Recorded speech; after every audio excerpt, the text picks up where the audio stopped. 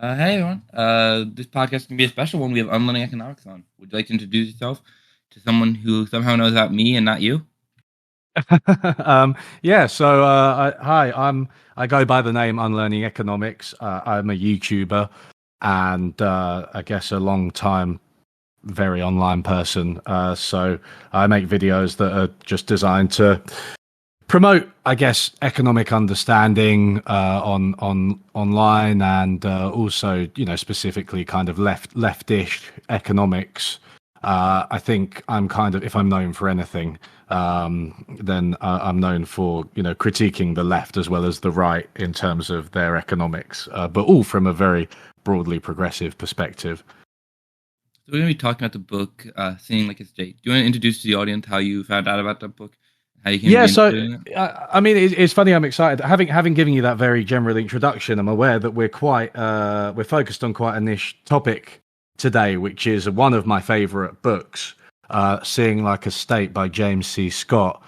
So the full title is "Seeing Like a State: How Certain Schemes Have Failed to Improve the Human Condition." And it is essentially a libertarian book broadly, and I say libertarian in the sense of um, both interpretations. So it could be used by right wing libertarians, and I've seen it used by right wing libertarians. I think Scott is a bit more of a left libertarian; he's a bit more of an anarchist, but it certainly contains lessons for everybody that about the failures of large scale planning, I think, and the failures of large scale projects which use state power and coercive power to try and implement visions that are, maybe don't pay enough attention to local attempts to organize things and to the idiosyncrasies, let's say, of human existence and organization. Yeah. And so, did you just find the book out accidentally, or did you like have a phase where you were interested in like the Gravers and Scotts? How did this come out? You know, that's a great question. I can't say I'm 100% sure. I think it's just one of those books that I kind of picked up by osmosis. I saw quite a lot of people praising it across the years. And I said about right libertarians, and I think I saw a lot of this from the right, a lot of people who are kind of anti communist in its 20th century forms. And I was maybe 10 years ago a bit more on that side of things, on the communist side of things than I am now. And I think Seeing Like a State was just something that I saw brought up. And I read it because it was, for me, I thought I was kind of reading actually an anti-communist book. I was kind of challenging my preconceptions. And I was in a way, but what I found, as with so many of these things, I mean, whenever anybody sort of philosophizes about a book or sermonizes about a book, that often you find when you read it you get a lot more than just this narrow partisan message.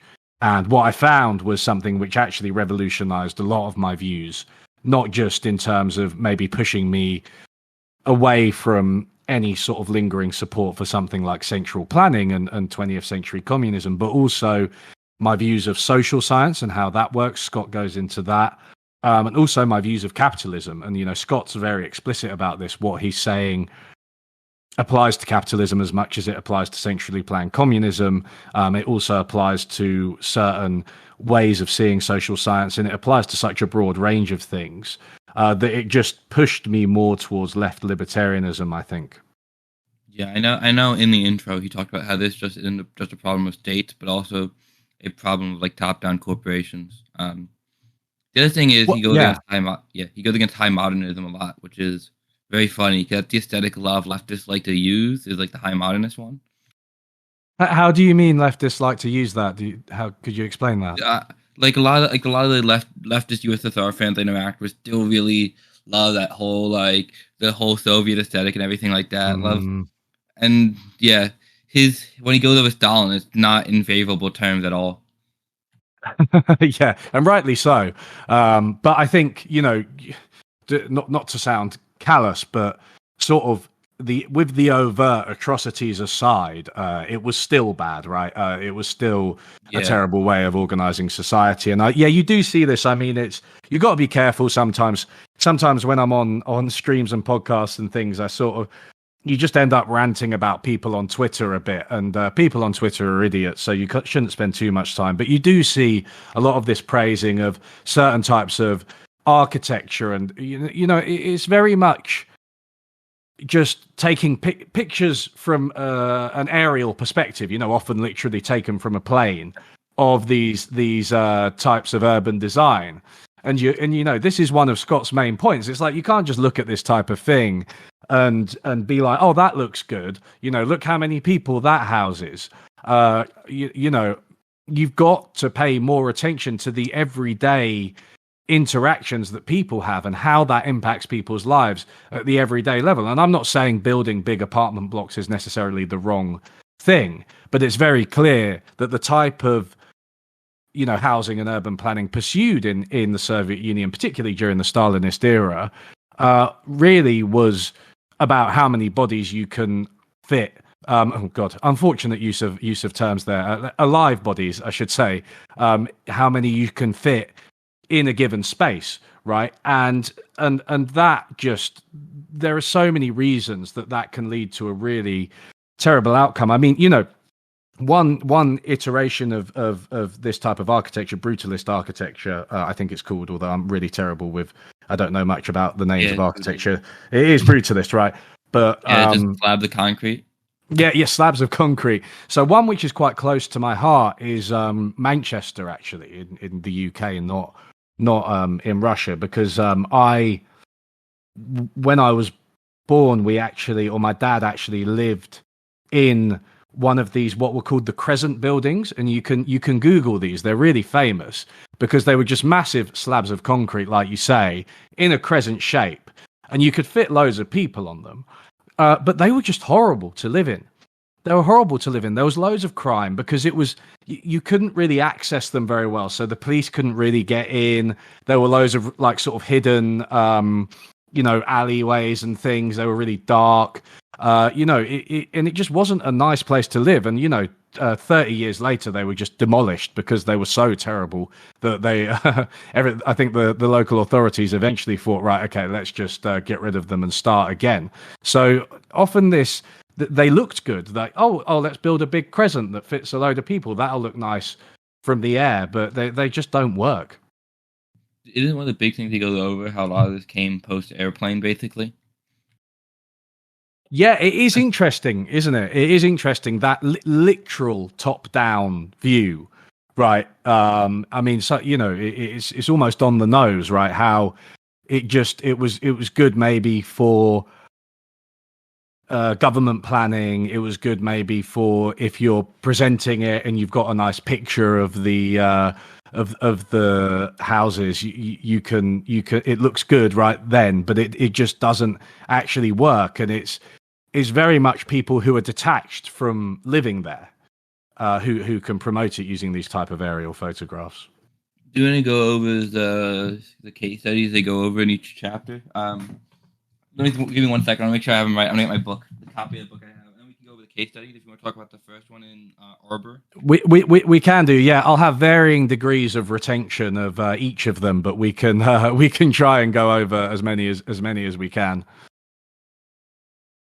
I guess the first one's going to have to do with German Arbor, if you remember that chapter where they talk about how the German forest. If you want to talk about it, that one was one I had never heard about.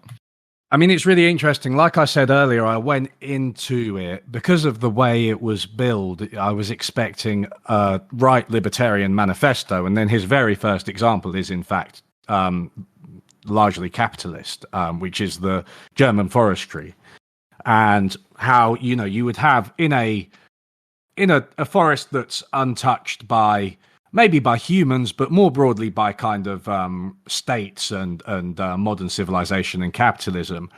You'll have so many different types of trees, flora and fauna, and you'll have a lot of messiness, right? It will be difficult to navigate. a forest. It'll be difficult to know exactly what's there, and that is not very good. That's good for the ecosystem, which we can come back to, but it's not very good if you're trying to produce timber, because for that you only need like one or maybe a handful of types of tree. You need to be able to access each of them, to keep track of them and also to cut them down. They need to be very regimented in uniform, much like, I mean, he makes a lot of military analogies, right? But the way a modern capitalist forest is organized is you've just got rows and rows of trees, and much like you would have soldiers standing in uniform, they're organized in a very similar grid shape, and you just have to eliminate all of the other flora and fauna in order to make it legible, right? In order to make it to maximize productivity. And all those trees have to be the same distance away so that you can use automated machines. Yeah. It's very funny too that we end up putting more cost in because we need to do stuff like we need to do like a lot of soil care anyway for these things. So you don't even end up saving money. It's almost like this. It almost just goes to show just how inefficient like the standardization is. That after you do all of this, you still have to use like soil and fauna care anyway. Like we have to reintroduce fauna to the area. I know with the other thing you brought up then. If you're starting out, then you get a really good yield when you first maximize timber output. So you plant the first rows of timber trees, right? And timber trees. I forget which trees he was talking about, but aren't the they first rows like of trees. Nordic? Aren't they like Nordic or like Swedish or something like that? Yeah, they're one of those countries up. They're one of those countries up north. In like, yeah. So you with that first time that you only have the trees, you get a really high yield. But what you're doing is essentially free riding on the complex ecosystem that has preceded that. And as you go through the generations of trees, what you realize is, well, maybe all of this stuff was there for a reason. There's a reason ecosystems are complex. You need the soil to be renewed by everything ranging from other plants to animals to microorganisms, right? And if you just kind of neglect, or in some cases actively eliminate those things, then your long-term yields are going to be lower. So I think this is something that they very quickly realized in the 19th century. Yeah, so like 3 generations, and then by the time everybody had adopted it, they basically all realized it didn't work. Yeah, exactly. And it reminds me of the debate over multi-cropping versus monocropping, because that's something that's come up quite a lot in recent years. I mean, it comes up in this book. I think I've seen people like Jason Hickel, for example, bring up multi-cropping in his book, The Divide, and people have realized that monocropping, while commercially often more viable, because I think it's easier for someone to be a wheat farmer specifically, and sell their product on the market than it is for them to sell, 120 different crops, right? But it's actually certainly over the long term, and sometimes even in the short term, less productive, because you just don't have the complexity you need. Yeah, I know in America we have multi-cropping propaganda for a while because of George Washington Carver. That's like a big thing in America here is like I don't know how big it is outside, but yeah, I remember he was going over the monocropping example and just showed like how devastating it was. Like didn't the Soviet Union plant more seeds than they got back, like by a like 75, like by only got like 75% of what they planted or something like that? Is that right? Is that in this book, or is it It might have been some. I might have been some higher percent, but yeah, they got like they had a very high percent of what they planted just didn't grow because of how much.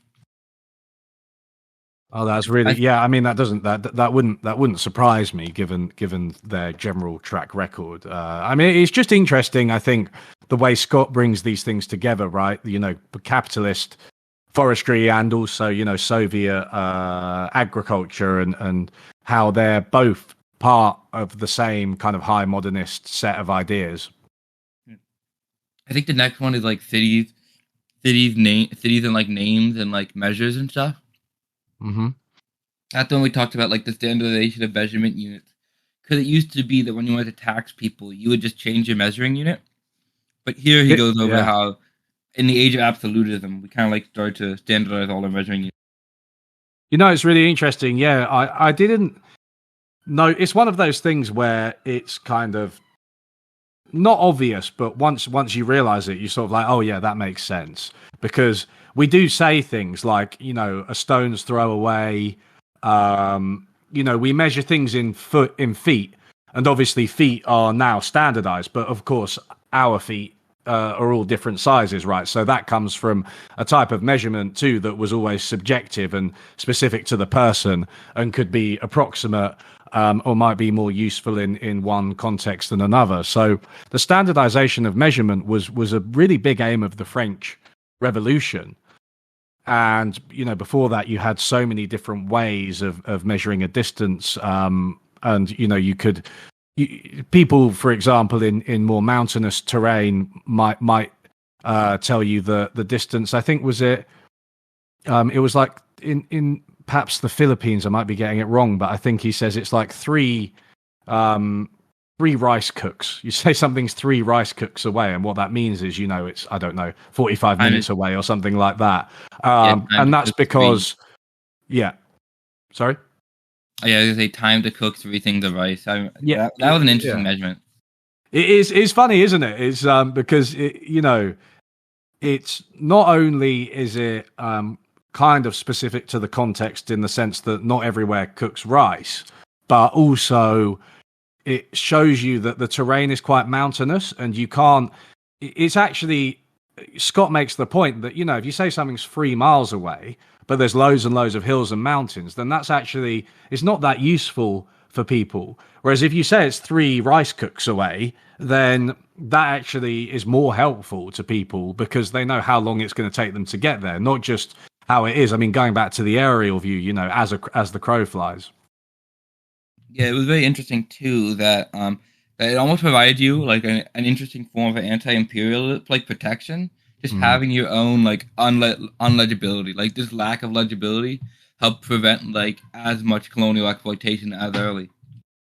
Yeah, and he talks about how the places that had this kind of thing more were more resistant to colonialism, which I thought was really interesting because it's just essentially if the state doesn't know what's going on, then it's much more difficult for it to manage and tax and access particular areas. Which, I mean, it's a unique form of resistance, right? To have your own measuring units. Yeah, I will say the other thing will be, I know then too. Talk about within their own country, within the Britons and the different areas of France, they did this stuff within their own country, which just seems. That just seems like imperialism, in your own country. That just seems like a strange thing. I know he was talking about with languages and names that he would Then I think it was Napoleon would force them to take on names from the core regions. The fact that people used to have different names was another revelation for me when I first read this book, partly because I think even these days we do actually have different names sometimes. We have nicknames, for instance, and your friends might have a nickname for you, and if you play sports, you might have a different nickname or something. So we still practice that, different names in different contexts. But back then we didn't have people didn't have a registered name that was used in ID cards and used primarily to refer to them in the same way that we do now. And I mean, with what you said about imperialism at home or colonialism at home, it's quite interesting that, because I think the truth is, and I think this would be a not uncommon anarchist line, the first place that states colonized was their own countries, right? That was when they come in and take over. You might be looking at some similar processes to what happened with colonialism abroad, including legislating and normalizing things like names. And that kind of creates a continuity between states at home and states abroad that you don't necessarily see if you don't have this lens. Yeah, I know the other thing too is that like nicknames, just like the origin of most last names are nicknames, and you realize that later. Like you're like, oh, that makes sense, but you don't realize at first that like the origin of nicknames is gonna like the origin of last names are gonna be like nicknames like Carver or like Cobbler or like Shoemaker. Yeah, exactly. That's is a really good point, and that's where we always or people often want to find out what their names mean, right? Because the names usually mean something, and that's where the meaning probably comes from. Just because your great grandparents were really good at chopping wood or something. Yeah, and the next one he goes over is like authoritarian city planning, which that one was interesting to see. Like even during the times of Napoleon, like they would use this city planning to like take out areas with like high resistance. So I forget the exact area of Paris, but it was near where the communes happened. Like they built, like they just started building highways through it, which is like, yeah, like you'd almost expect them to do it, but it's interesting like how long the history of like zoning and like city planning has been going on for.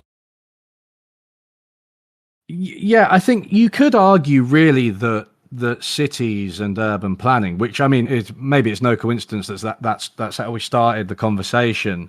They are one of the clearest examples of this in action, I think. And with is it Le Corbusier? I'm not sure if I'm pronouncing that right. Le Corbusier. I think these kind of ideal cities, and I mean, there's two aspects to this, right? So first there's the kind of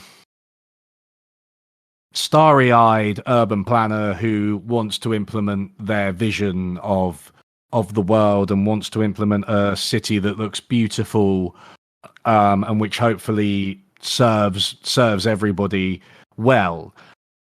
And that often goes wrong. The garden cities, they didn't work. They weren't designed with people's actual everyday lives in mind.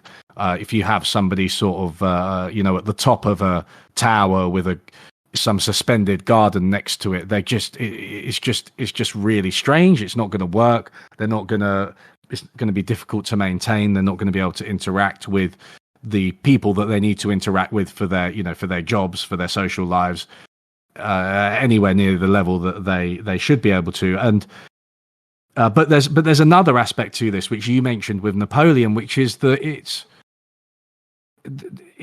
insidious, right? There's this negative, deliberately negative aspect of high modernism, which is to plan things so that populations cannot organize.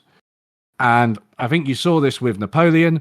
Also, the Brazilian capital, Brasilia, is probably the best example of this. You have these huge open spaces with just nothing.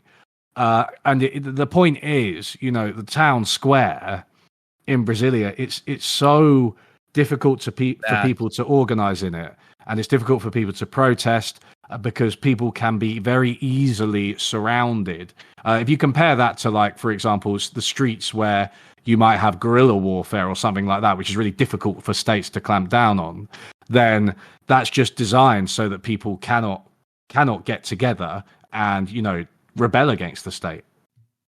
It's funny, looking at some of the cities, they don't look like cities designed for humans. And I know it probably has to do with automotives. But yeah, Brasilia was the one where, like, just they had like nothing that you could do there. Like, yeah, it was just crazy when he was talking about the Brasilia case study. Yeah, I mean, have you heard of well, you probably heard of it, but do you know about Canberra as well in Australia? Because that's a little bit. Was it the same kind of thing? They just designed it. They just like urban planned it all ahead of time, and then went wrong.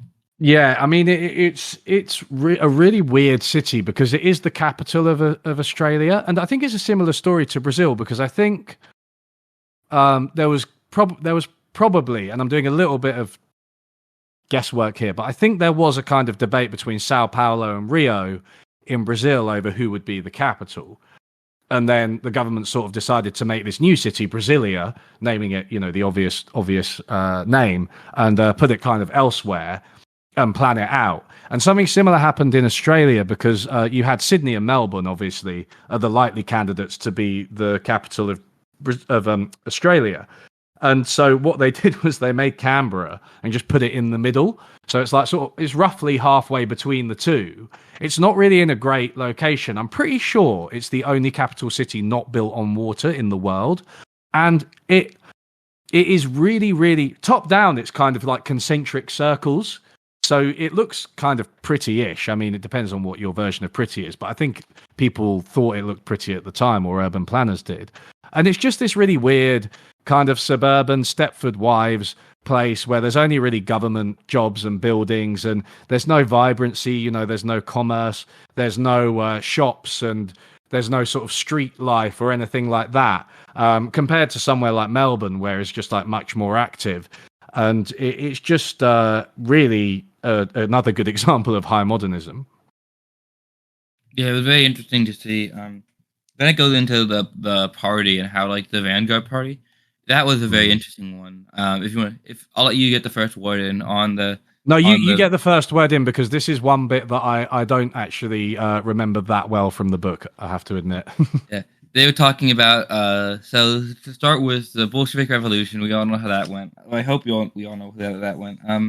It ended up with Lenin kind of centralizing in a vanguard party, and so Rosa Luxemburg actually wrote a critique of a lot of that. He kind of took away union power, and he wanted to have basically the entire revolution ran like a military, run by this like small intelligentsia class.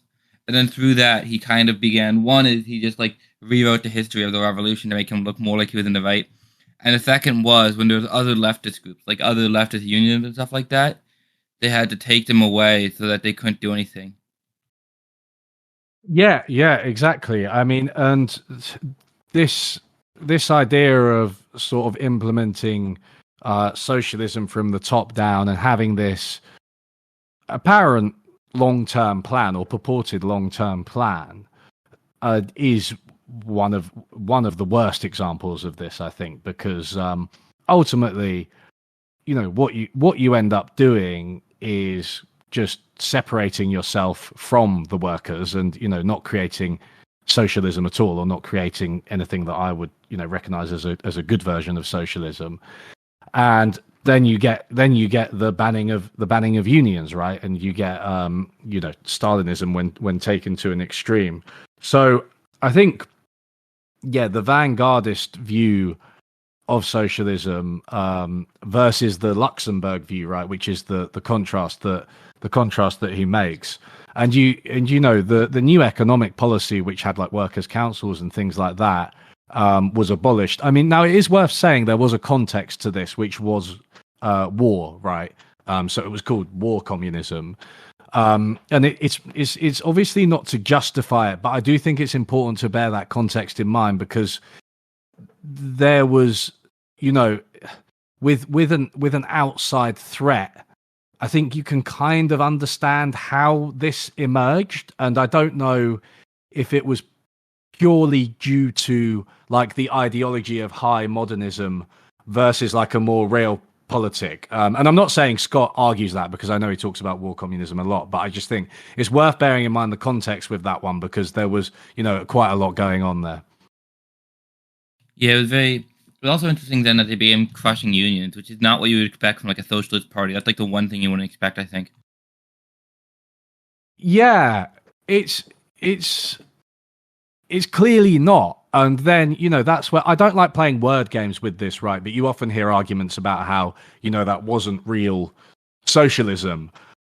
And, you know, people either endorse or mock that argument. But I do think if, you know, you have an explicitly anti-worker state that isn't paying attention to, you know, the self-organization of the workers of the proletariat, then I would feel pretty comfortable in saying that that's not socialism, right? So something else is happening there, and whether you attribute it to like the context of war or the ideology of high modernism, or just a specific direction that Leninism took Marxism in, I'm not sure. Yeah, this is why one of the things I think like decentralized left movements do really well, like a lot of the union movements, is they probably prevent the centralized power. I think that's probably like a good thing that the modern left is moving away from these top-down ways of being leftist.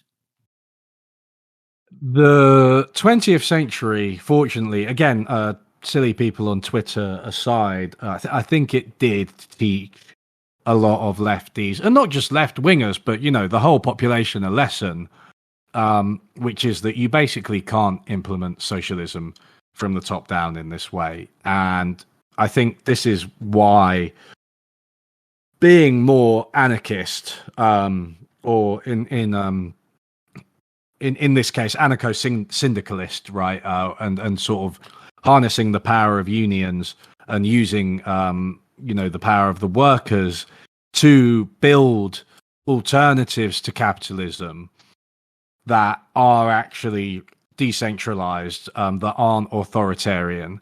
I think that is the future of the left. And I do think we've been seeing it happening with the relative rise of co-ops, with the return of unions. And I don't want to overstate, those things, because they are still relatively small, much smaller than where they need to be.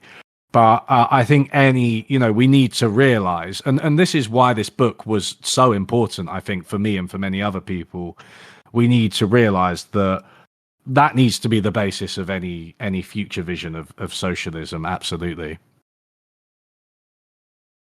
Yeah, and then the next example is Soviet collectivization.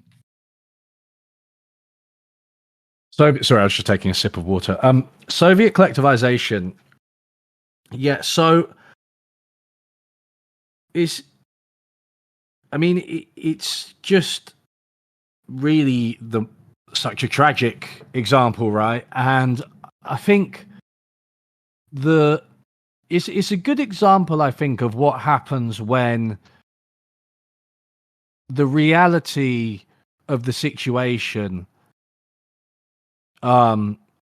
conflicts with the ideology, and that results in authoritarianism. So that was a bit abstract, but let me explain what I mean by that. So what you have is a situation where Stalin's trying to put, turn what were previously small farms, in many cases individual farms, in some cases more sort of feudal relationships, but he's trying to take them all and turn them into farms run by thousands of peasants and workers, right?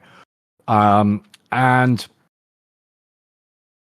that again, this kind of contrasts with a situation where the workers and peasants actually build them themselves. If you ask me, even that amount of people running something collectively, I don't think it works very well. It's just way too difficult to have that level, that volume of people inputting into decisions.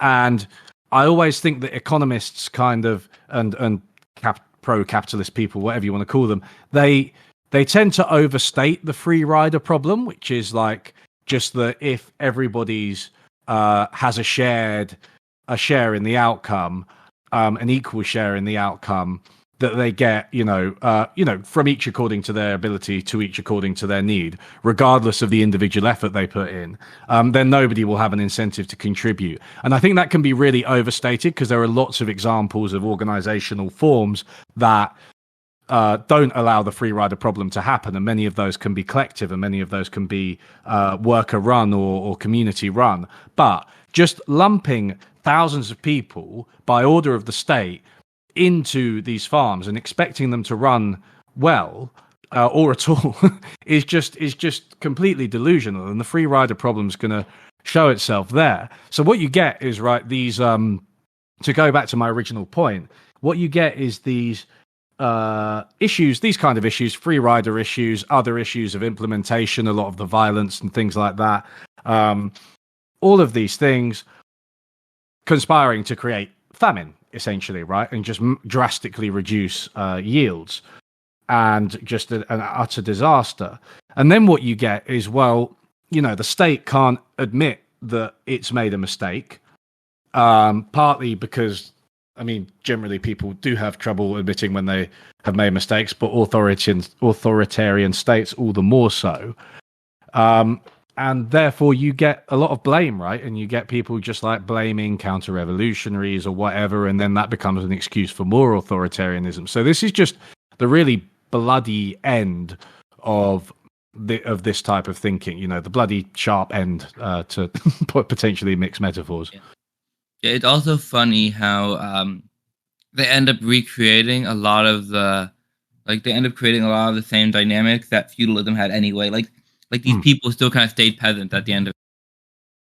Yeah, it doesn't work, I don't think. I mean, it's not that it's really tricky for me, because it's kind of discouraging in a way, isn't it? Because when you'd like to think that you can implement your vision for society that is largely progressive, like obviously I think feudalism is a terrible system, and I do think that capitalism is probably a better system, all things considered, and I think that socialism, my version of socialism, would be better than capitalism.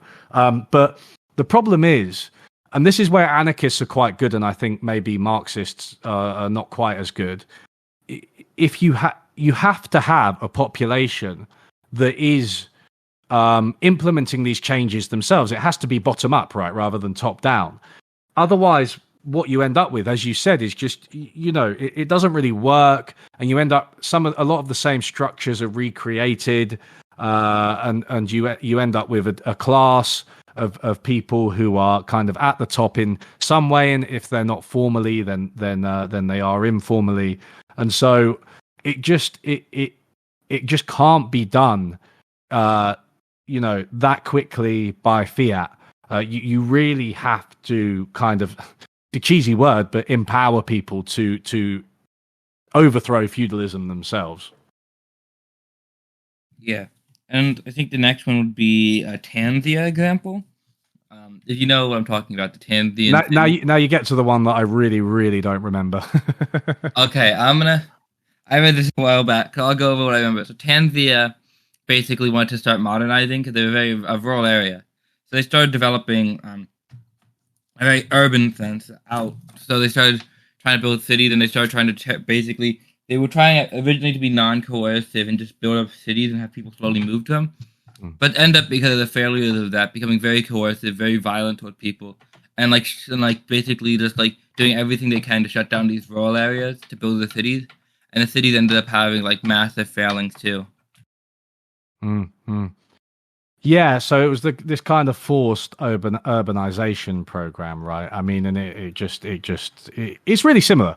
It's really similar to everything that we've spoken about, because if people don't want to and aren't ready to move into urban areas, largely, I mean, there are always background structural forces, there are always legal forces, but people still need to buy into these programs for them to work. And from what I remember with the Tanzania example, there was just no real, it was just a sort of, like Stalin, right? It was just a fast track to modernization, a fast track to industrialization. And the bottom line is that it just, not only does it fail, it fails in the most catastrophic way you can imagine, and it often kind of costs lives. I think the 8th chapter, which we're getting around the end, is going to be Taming Nature, basically about the agricultural legibility. So I know you have a lot to say about this. If you want to start talking about the agricultural legibility, I'll let you start off. The agricultural legibility. Yeah, so I mean, we kind of covered that, right? But just having so he talks about, in particular, about the strips, right? So I remember this section about the strips, and I forget exactly where they were. I think it was Russia, actually. Funny. So there was, the strips were the land was split by the farmers into these strips. Now, if you looked at them from above, they looked really, really messy. And he's got pictures in the book, actually, which is quite nice. They looked really kind of messy. There didn't really seem to be a logic to them. There were different shapes, and they were all various kind of trapezoid shapes, and they intersected with each other, and then one would come across horizontally and the others would be vertical. And there didn't seem to be a logic to them. But actually, from the perspective of the farmers, it was really simple because I think they just had pegs that marked out their land, and they negotiated with the other farmers, and they could just easily, if they wanted to slightly change the type of soil that they had access to, or if one farmer wanted a bit more at one end and the other farmer wanted a bit less, it turned out it was really easy to just move these pegs, right? And therefore, it just evolved in. Now, again, from the top down, moving the pegs might look a bit weird. It turned into these really strange configurations. But for the individual farmers, it was just really, really straightforward system. And basically, they didn't. The authorities didn't like that, and it wasn't very easy for them to understand, to measure. In terms of output per yield, when you compare it to, for example, when we think of farms, I think in the West these days, we probably think of like just squares, right? You just think of squares separated by large squares, fields separated by hedges, and the wheat, for example, will just be in rows. Again, it will just be in this kind of row or grid formation, and it's really easy for one large farmer to not the farmer himself. I mean, obviously, the one large organization, for the farmer to just both sow and and maintain and harvest all of the crops. Whereas if you go back to the strips, that wouldn't really have been possible. Each individual farmer had to do their strip themselves, because you couldn't have come across the whole thing with a combine harvester, because you would have been first encountering different types of crops, but also would have been crossing over different farmers' boundaries. Yeah, and then they also kept rotating it, so it made it very good on the crops, I remember. And they would also do burning too. They would also burn a lot of their crops too to help the soil. So it's very funny. Yeah. I mean, it's this, obviously. Usually a capitalist isn't really going to burn their crops. They're going to try and sell them as much as they can. But it's funny that those seemingly counterproductive measures were actually something which farmers understood was going to be beneficial for them in the long term. This type of knowledge. Do you want to get into the concept of Medes that he talked about, or I mean, one of my favorite quotes from Seeing Like a State comes near the beginning, and it's I think he does also mention it again later, but it's the work to rule strike. So I actually made a video about worker democracy on my YouTube channel, and one of the things that I think makes worker democracy a great idea is that it very much harnesses this metis that you were talking about, this kind of local knowledge, and this idea underpins all of Scott's examples, right? So with the farmers, with their strips, or with kind of city life seen from the perspective of the actual citizen, you have this, or from the worker, right? You have this kind of tacit knowledge of your situation, of your job. And rules they just can't access it. Rules designed from the top down, because reality is just way too complex. So James talks about the work to rule strike, which is this form of strike, which I think originated in France, among French taxi drivers, if I'm correct. Of course, and the French who created it. Yes, yeah, exactly. The French, the most good lefty things come from the French, but they just obey the rules that are set out by their employers to the letter, and the result is that everything just draws to a halt, because all of the rules laid out in terms of whether it's something simple in terms of like speed limits, in terms of how you speak to your passenger, or how you decide on your next passenger. Everything about how you drive, how you communicate, everything you report, all the safety stuff, all of this stuff. If you actually follow all of these rules, then you will be effectively disabled from doing your job, right? You won't be able to do your job.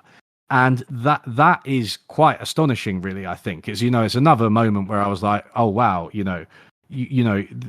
this kind of top-down vision just could never really work with the complexity of reality. So it's something that really communicates the point about Metis, kind of practical know-how, knowing. I mean, we've all got it in our houses, right? You can think of a really simple example, which is like everyone knows that. The door to the bathroom, when you open it, you've got to like lift up the handle a bit and like wiggle it, otherwise it doesn't open properly. And someone who lives in the house will know that, and they'll do it without thinking. And then someone else tries to open it and you're like, oh yeah, shit, it like you have to wiggle it like this. It doesn't, and we have so many of those things in our lives, and there's absolutely no way that the authorities can ever know all of this. And so that's why you have to rely on people to, even if you've got a plan, and neither Scott nor myself nor yourself, I assume, are completely against planning. But when you have a plan, you have to have these little idiosyncrasies actually figured out by the people who are implementing the plan. Otherwise, it's not going to work. And I guess I think Hayek, everybody talked about the calculation problem. I think the more important of the two is the knowledge problem. If you want to, you're the econ bro, so I'll let you explain the knowledge problem. Hayek's knowledge problem. I think he used it basically to claim that centrally planned economies couldn't really work, and I think he was right in that sense. But I also think it applies to a broader range of cases, including large capitalist organizations. But basically the knowledge problem was that there are so many things that a centralized authority cannot know. Not only that they don't know, it's not a case of just information gathering. You're talking about changing circumstances. You're talking about the kind of tacit knowledge that I was speaking about with the door, and you're talking about knowledge that it is just impossible for a centralized authority to not only measure, but even before that to actually understand. Because we've been talking about this common measurement standards and the foot and the meter, and how the French Revolution kind of implemented those and from the top down. And without a common measurement standard, you can't put things into a table. You can't have the state say, we've got X amount of funny doors where the handle needs to be kind of pushed up and wiggled before you can open it. You know what I mean? That's very idiosyncratic. And in essence, I'd say the number of dimensions of that problem probably approaches infinity. Really, because not only are there so many that exist, they're constantly changing. And new things, new technologies, new people, new organizations are constantly springing up. So you have this massive legibility problem for a state or any type of centralized authority.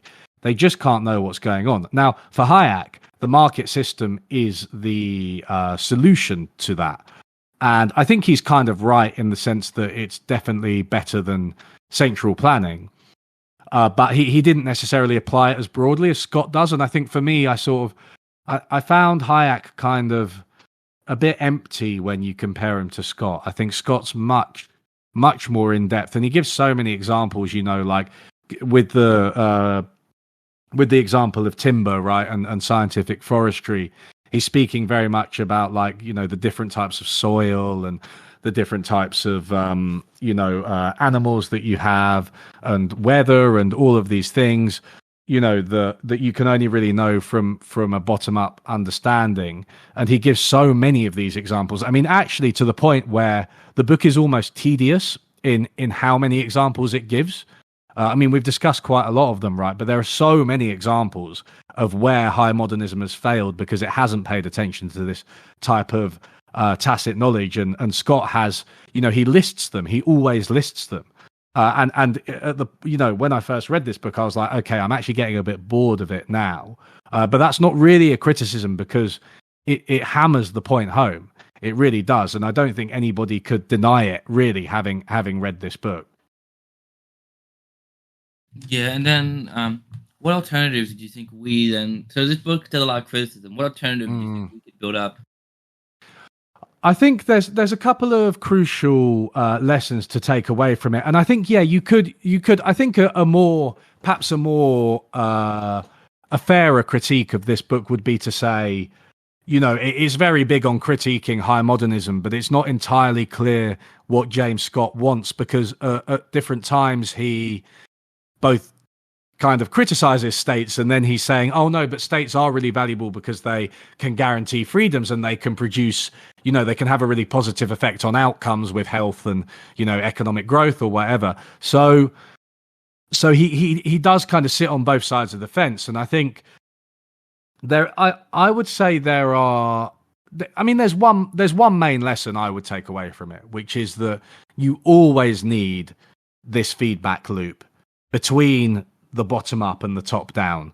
So if you're talking about, for example, managing an organization, you need to have lots of different stakeholders. You need to have, for example, worker democracy, right? You need to have communities involved. You can't just have the shareholders. You can't just have the government, especially the centralized or the even the international government. You can't just have that kind of mode of organization, and the same goes for expertise as well, right? You can't just have the experts come along, the urban planners, the economists with their big plans and with plans that essentially just don't incorporate the knowledge, the metis, if you like, of citizens, of ordinary people. You don't have that. So I think that cementing that feedback loop and making, while we need expertise, while we need governance, while we need authority, we need very robust feedback loops. And I'm not talking about some fucking bullshit consultation. Sorry, I don't know if I'm allowed to swear on this podcast. Oh yeah, say whatever you want. Yeah, okay. So yeah, I'm not talking about like just a silly consultation. I'm talking about giving people actual power, actual democracy, the ability to vote people out, sort of holding elected politicians or elected managers or experts holding their feet to the fire, having them sort of interrogated in public forums and things like that. I think that's absolutely essential. And maybe Scott, it took a while after reading Scott's book for me to crystallize that idea, because I do think that he just, he goes through boatloads of examples. He demonstrates that high modernism is bad, but it's not entirely clear what the solution is. Yeah, I know the other thing too. Yeah, a lot of direct democracy. Direct democracy too also seemed like a way of dealing with it. A lot of referendums. Yeah, it's funny. I mean, sometimes I go back and forth with direct democracy, really, because I think it depends on context. Is the answer, really? Because when take Switzerland, right? They have a lot of referenda, don't they? And they have, I think, relatively high participation. Usually the results of the referenda are respected, and they do it fairly regularly, and it creates quite a good political culture. But then if you compare that to like the referendum we had in the UK, well, in fact, both of them, the two that we've had over the past 10 years, first the Scottish one, the referendum on Scottish independence, which we voted against, but then even more so Brexit, right? We had the Brexit referendum. And while I believe in democracy, that doesn't mean that every single iteration of democratic participation is a good one. And the referendum, putting the result aside, whatever the result, it was so polarizing and horrible, and it just completely divided our country, and it's yet to recover. It was really the beginning of when Britain, I mean, you could argue it was before that, it was austerity, but really I think it was when Britain reached the point of no return. And it's not the case always that you have direct democracy, I don't think. I think and again, I do support it, but I think with certain things, you have to think of other ways to include people. But again, that's just one example, but just to illustrate that it's not always the answer. I do think direct democracy can have other issues, like like I said before with the Stalinist collectivization. Now, obviously, I know that very few people who advocate direct democracy are advocating that kind of collectivization. But what I mean is, once a group, as with the farms, once a group hits a certain number of people, having pure participatory democracy becomes, I think, a bit of a fantasy, and it just becomes extremely difficult to make decisions, let alone ones which actually respect everybody, because you got thousands of people and you have votes on everything. You're not going to be able to respect everybody's wishes, and at that stage you might want to look at breaking up an organization into smaller units, or else having a more representative democracy structure. I mean, I don't know. I've gone on for quite a while now, but I think with Mondragon, the corporation, which is a worker democracy, at least nominally in Spain, they've encountered this problem as they've scaled. They've encountered big problems with whether they have, what type of democracy they have, and trying to maintain, the feedback loop that we were talking about, while respecting both the workers and as well as the local communities, but also the demands of management and the difficulties of managing a large organization. That is a really big challenge. I think it's always a really big challenge. So, I mean, I'm in favor of direct democracy in some areas, of representative democracy in others, and there are, I guess, other forms of organization as well that I do respect. But you can't always have one or the other. I think you've got to be pragmatic, because governance and authority are to some degree necessary, right? It's not like we're completely against them, and I don't think Scott's completely against them. Yeah, I guess states are also useful for stuff like collective action problems. I don't see any way we can get what we want without having some sort of like governance. Absolutely. And if you look at the implementation of just something as simple as like universal healthcare, right? You can see that states can be extremely powerful, and states and other large institutions can be extremely powerful in how they bring healthcare to people who don't even have basic healthcare. The enormous gains that you can get from that. And does that require a top-down plan? A table of a doctor in every village, right? Even at one doctor is like a measurement. It's still a measurement, right? Because not every doctor is the same. There are lots of idiosyncrasies. But having one doctor in every village, they have one building, they have so-and-so supplies. That's a top-down plan that's been rendered legible to a state. But it's a very good thing on the whole. Yeah. And then I guess to be wrapping up, do you want to tell everybody, like, if they like this book, like, first of all, why they should read this book, and second of all, if they've already read this book, some other ones like this they should read? Yeah. So, I think if you haven't read this book, I would say I think it's one of the most important political economy books of the past few decades. I think it's a modern classic. I think it should dispel any lurking authoritarian tendencies. I think a lot of people have authoritarian tendencies. I think a lot of people secretly think that if they were in charge, like, everything would be fine. Whether they're, politically minded, whether they're, super educated or not. I think a lot of people do believe that. And a lot of people don't give enough credit to everyone else and the ability of humans to organize things bottom up. So I think this book completely blew away any lingering tendency I had towards that type of thinking. I really would recommend it. Like I said, it's a bit dry. It does get a bit tedious. You might not be able to finish it. Did you finish it?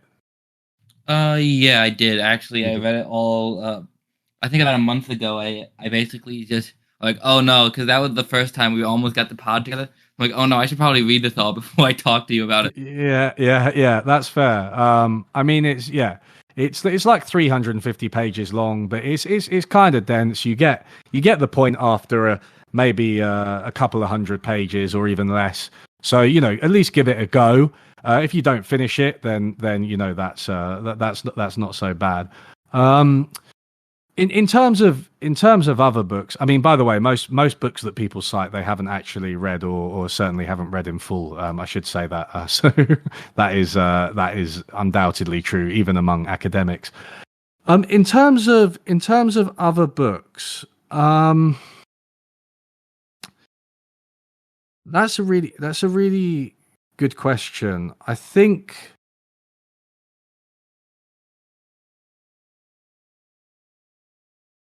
I'd say that I'd advocate, although it's only tangentially related, I would advocate is it just called Democracy at Work by Richard Wolff as an example of like a type of idea which might spring from this kind of thinking, right? A socialism that isn't necessarily about central planning and large governments.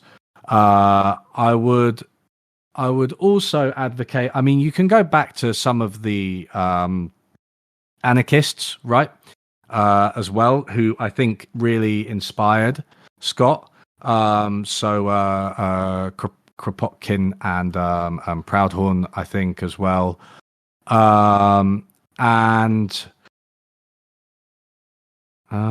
Geez.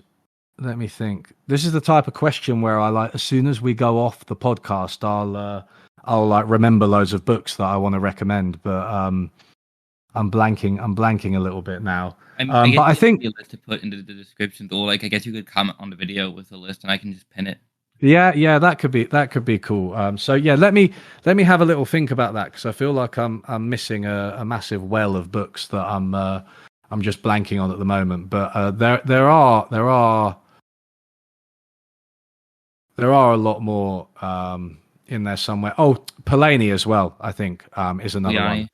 Polanyi, yeah, I always say that wrong. Although I don't. I've been told different ways of saying it by different people. Someone told me it was actually Polanyi. What's that? Sorry. It's just a guy who's in Medlock's PFP. Yeah. James Medlock's profile picture, Carl Polanyi. Yeah. So the Great Transformation in particular, I think is again, it's not an easy read. It's not an easy read. I read it in a book club and we did struggle, but it's very much along these lines. And I don't know how many times Scott actually cites him. He doesn't. He is in his footnotes, because I've just Control F'd it. It's in the footnotes, but it's not in the main text, which is kind of strange. He does. Yeah, he brings it up. I forget when he brings it up, but he does bring it up. Right. Yeah.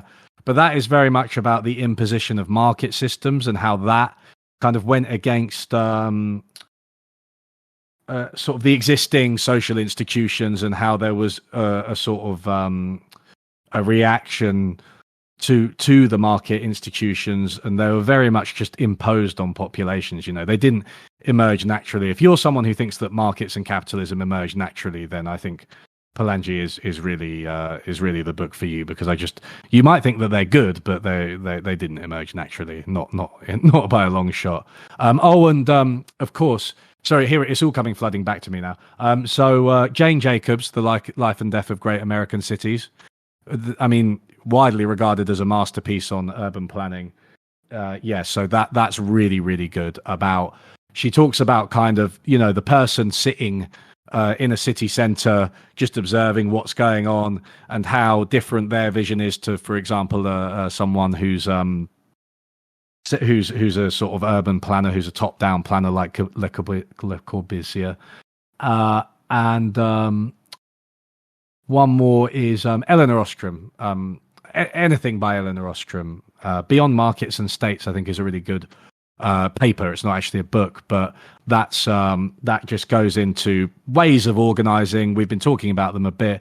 Not so much worker democracy, but more community-led ways of organizing that manage resources, but they don't really use prices. They don't really use state power explicitly. They're just ways of communities actually trying to manage resources like water, for example, or fishing, for both their own needs in the short term, but also for the long term. So I think anything by Elinor Ostrom is really in line with the thinking behind this book. And again, Ostrom and Jacobs, both people that are cited explicitly by Scott. Yeah. I guess this book also shows why like anarchists should read economics, because this book I think is really good work at economics, and it's done by an anarchist. I don't think I know you got in drama a while back for telling anarchists to read economics, but I think this book really goes into why they should do it.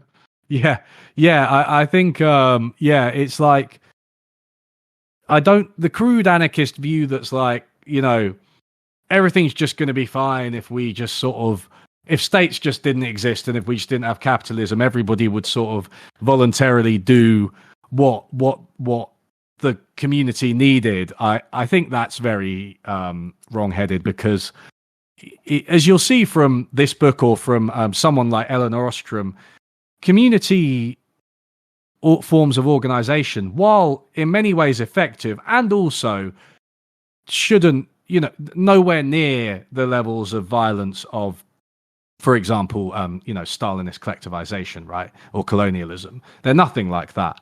So they do have a lot to be said for them, but they still entail some coercion, right? I mean, Elinor Ostrom talks about situations where, if you overfished, right, then, you would be eventually just excluded from the community. And that entails coercion, right? You're going to be kicked out of a community.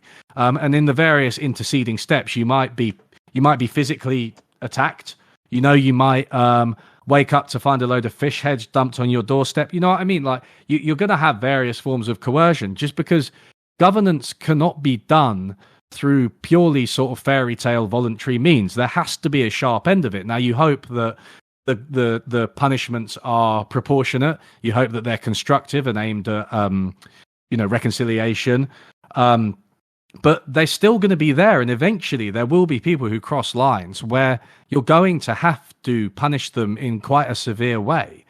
And that is just the reality of governance, I think. So yeah, I don't like that the purely voluntarist, you could call it, anarchist approach. I mean, well, I think you get to a point of anarchism where they basically become ANCAPs, and this is what few will tell you. Yeah, exactly. And it's just like it's like ANCAPs, but they're just sort of ANCAPs, but they're saying it's not capitalism, right? So they're just saying abolish everything, and therefore we're going to have a broadly communalist leftist vision of society, whereas ANCAPs would say abolish everything and we're going to have a purely market-based vision of society. And I'm not sure which one is more ridiculous, but obviously neither of them work. I think you almost need I think the problem with anarchism is a lot of them don't have like a positive vision, and I get it because you want change now, but you need to end up having a positive change, a positive program. If you don't, we end up reproducing a lot of what we try to take out. Yeah, exactly. You just end up with people still in the same kind of social habits and the same social structures, even if maybe you've tried to abolish them formally, which is what we were talking about with feudalism and Stalinism. I mean, the great irony is, of course, I already recommended reading anarchists. Some of the best stuff you'll see on, you could call it Scottian bottom-up organization. You'll see it from anarchists, right? So actual either academic anarchists or just anarchists. I mean, I quite like the website libcom.org, where they do have a grasp of what it takes to create a different system, and they do have a grasp of what organization actually means. And I this kind of crude anarchism that seems to have emerged where, you've got like the sort of how do you get a Nintendo system? Well, you just meet somebody who really likes making Nintendos, and then they'll give you one. What I mean? Or the glasses one, where it's like, have you seen that one tweet where it's like, how will we get glasses, and how will we do medicine? My hobby is making medicine. Here you go. Yeah, my hobby is making medicine. Yeah, exactly. I make it in my back garden. It's just like, I don't know how that's become so widespread. I don't know what happened, because anarchism is and can be a serious philosophy with some very, very good things to recommend about it. Even Kropkin went into this, went into organization plans and stuff like that. It just feels like the problem is that so many people have this idea this current world is fucked, so anything's better. And I get it, but I feel like you have to have a better instinct than that. You have to present people a reason why they should be anarchists. Present them like show them stuff like Kurdistan. Like Kurdistan was able to do a lot of this stuff, Yeah. and Yeah, exactly. Yeah, Kurdistan's a really good example. I think it's a really interesting example, actually, and it's definitely one because I want to talk a bit about this in an upcoming video, maybe. And I mean one in the fairly far future, but like I want to talk about how anarchism can work, right? Yeah, next year maybe. Yeah, I only release like 3 videos a year, but I want to talk about how anarchism and communism. I prefer to call it communitarianism to dissociate it from central planning, but that can work, and it has worked, and it works. Kurdistan's a really good example that I'd probably use, right? So let's just draw attention to these examples instead of saying, everything's going to work out somehow. Yeah, and then I guess one last question, because I have a Twitter friend, right? And he said you've kept foreshadowing this Thomas Sowell video. So when are you doing it? I'm actually, before I came onto this podcast, I was writing the script. So I have a video coming out this month, which is actually about planned obsolescence, which is a bit random, but it's good. It's good. I hope. I think it will go in a direction that some people won't be expecting. But Sowell is next after that, and I am currently. I'm at the tail end. I'm in the final section of the book Basic Economics by him, and it's. I mean, I just. I said James Scott is tedious. At least it's worth your time. I can't believe how boring and repetitive Basic Economics is. It literally just says the same thing over and over again with like cherry-picked examples. His use of evidence is questionable. Often it's not there. Other times he just sort of quotes the Wall Street Journal in like block quotes as if that settles the matter. He doesn't use that much academic research. He relies. What? You're cutting in and out. You're looking for basic economics.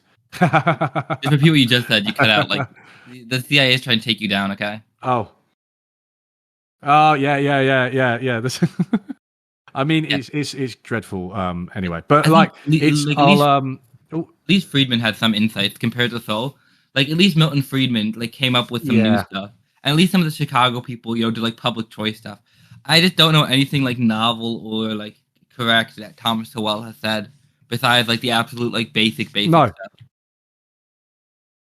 Yeah, I think you're right there. I mean, you can say what you like about Milton Friedman, but I certainly remember reading Capitalism and Freedom, and it did make me think. And also, Friedman has like an academic background. He has, his work on the monetary history of the United States. He has some statistical test that he devised, which I forget the name of. But he has contributions, right? Whereas with Sowell, I don't really know what his contributions are. It's just really just taking things that have been said by other people and just repeating them ad nauseum. It's extremely tedious, but hopefully that video will be out by the end of the year. So it is coming, and it will be very long. It's one where I know people want it. It'll probably be my longest video so far. So it could be like 2 hours. I'm just going to basically try and take down pretty much everything that he said, because it's just, it's not like I disagree with literally everything he says in the book, because for example, he is against central planning. But he's one of these people where he's just obsessed with it. It's just like, dude, like, you're fighting the battles of the 20th century, right? We don't need to talk about central planning this much.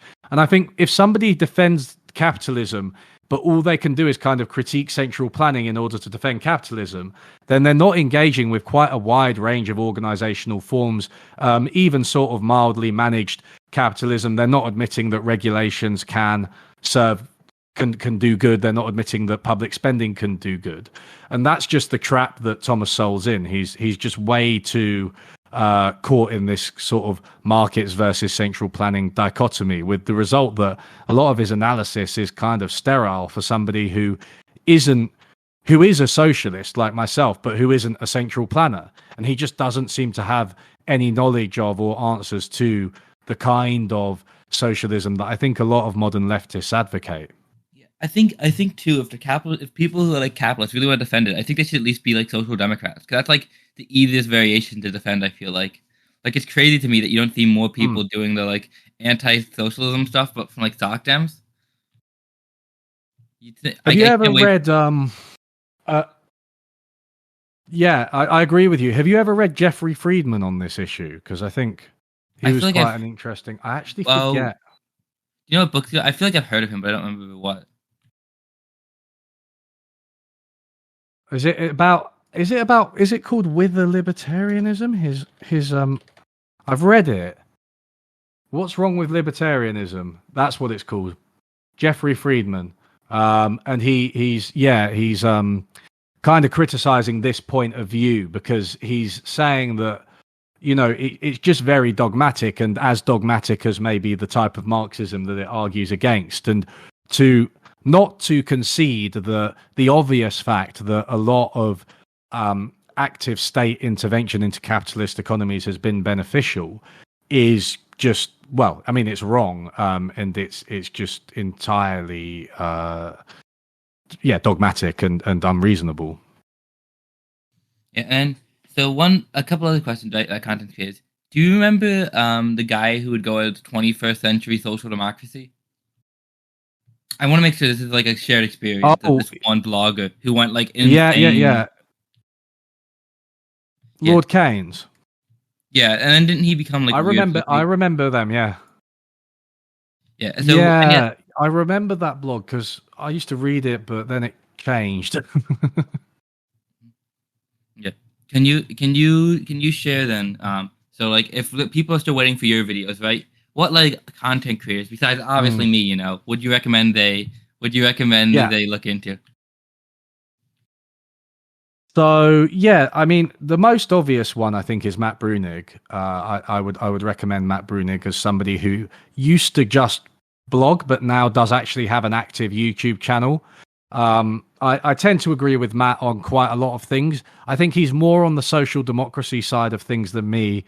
He's more focused on distribution. He doesn't have that much time for worker democracy, for instance, but yeah, he's really sharp, and he's got really good arguments, you know, for a kind of broadly lefty political vision.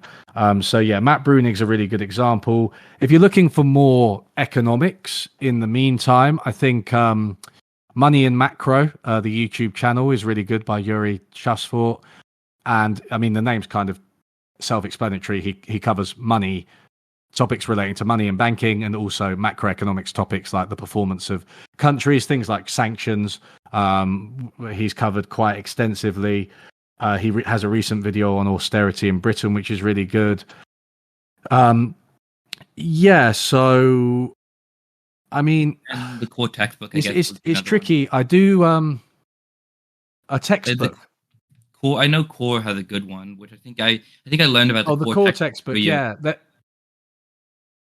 they're releasing another textbook. I don't know if it's quite out yet. Core 2.0, which I think has a bit of a broader perspective. So the first one was definitely an improvement over standard economics textbooks like Mankiw, which are just rubbish. Although still better than Thomas Sowell, I should say.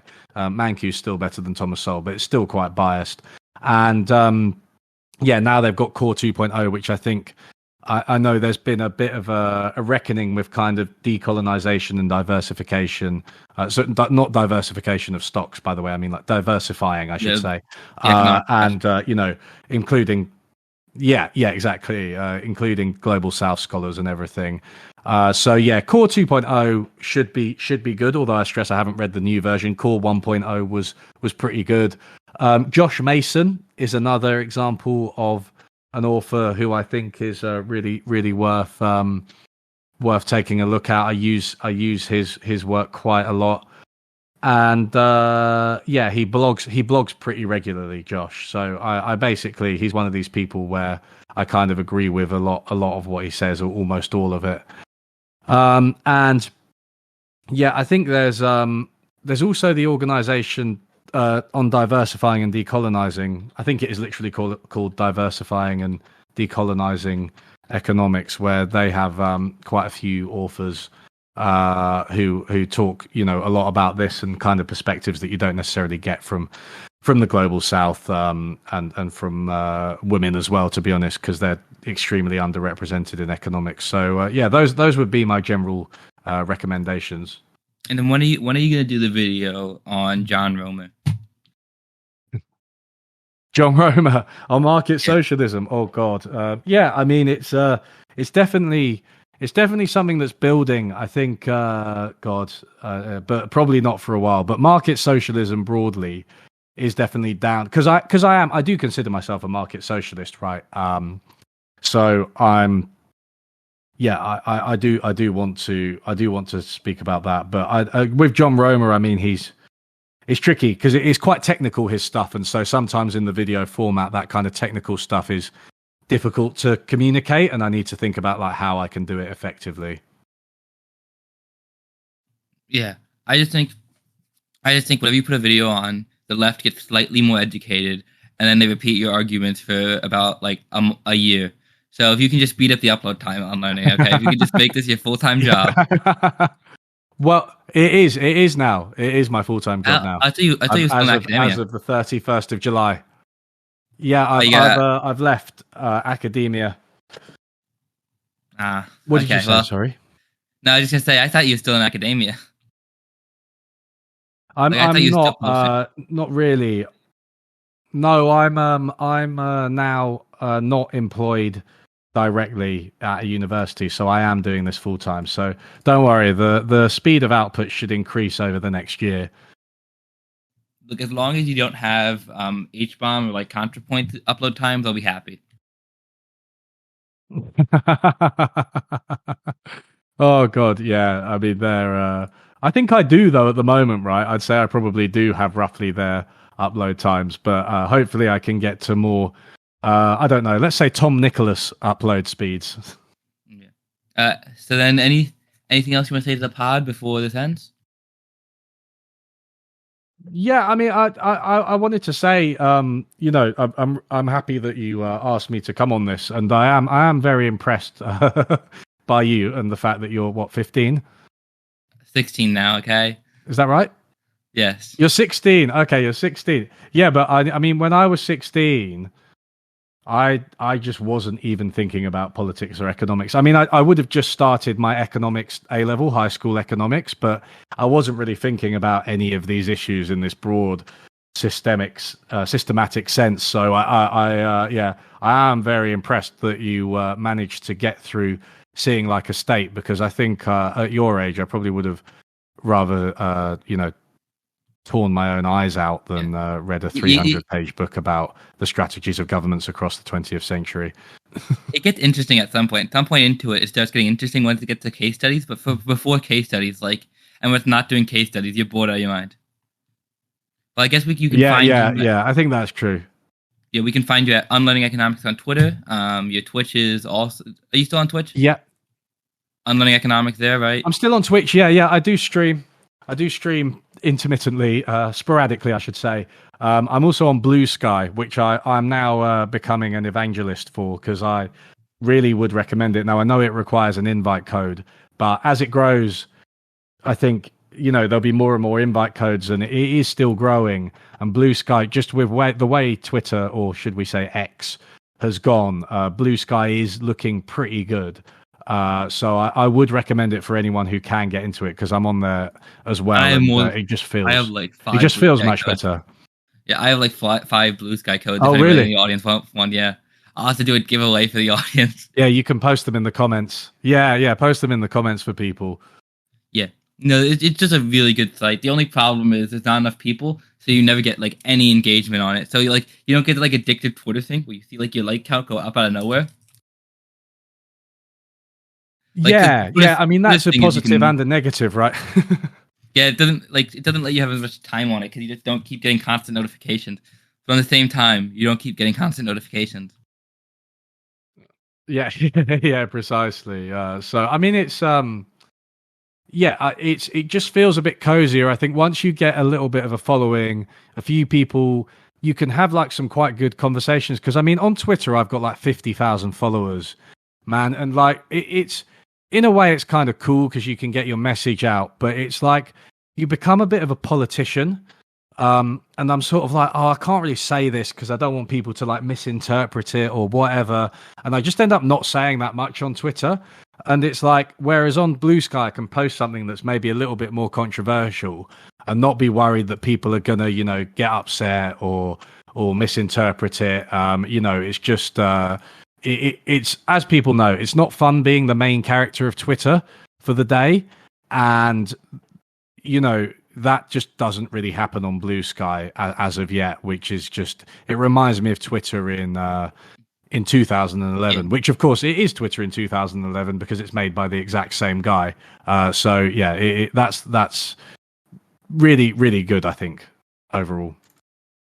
Yeah, and then I know too, it's like the thing with Blue Sky, you're still posting for the lowest common denominator, but the lowest common denominator is like really high.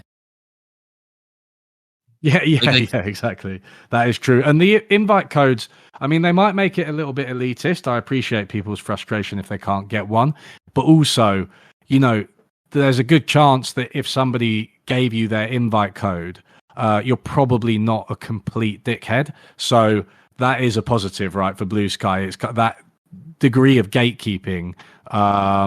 I don't know how they can retain that while also making it not too insular, but I don't know. Right now, Twitter's such a mess that it's just certainly better. Yeah, anything better than Twitter. Yeah. So yeah, again, you can find them at Unlearning Economics on Twitter, Unlearning Economics on YouTube, Unlearning Economics on Twitter, and Unlearning Economics Live. Yeah.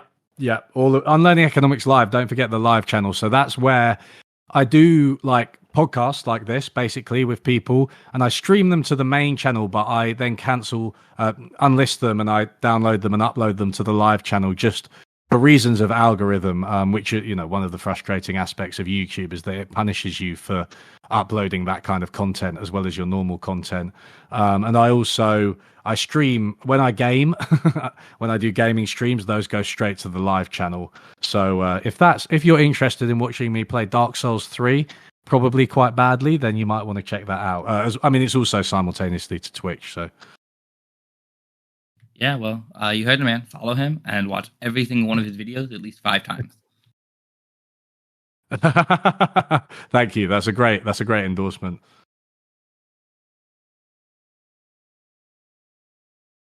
Bring showers, rain to grow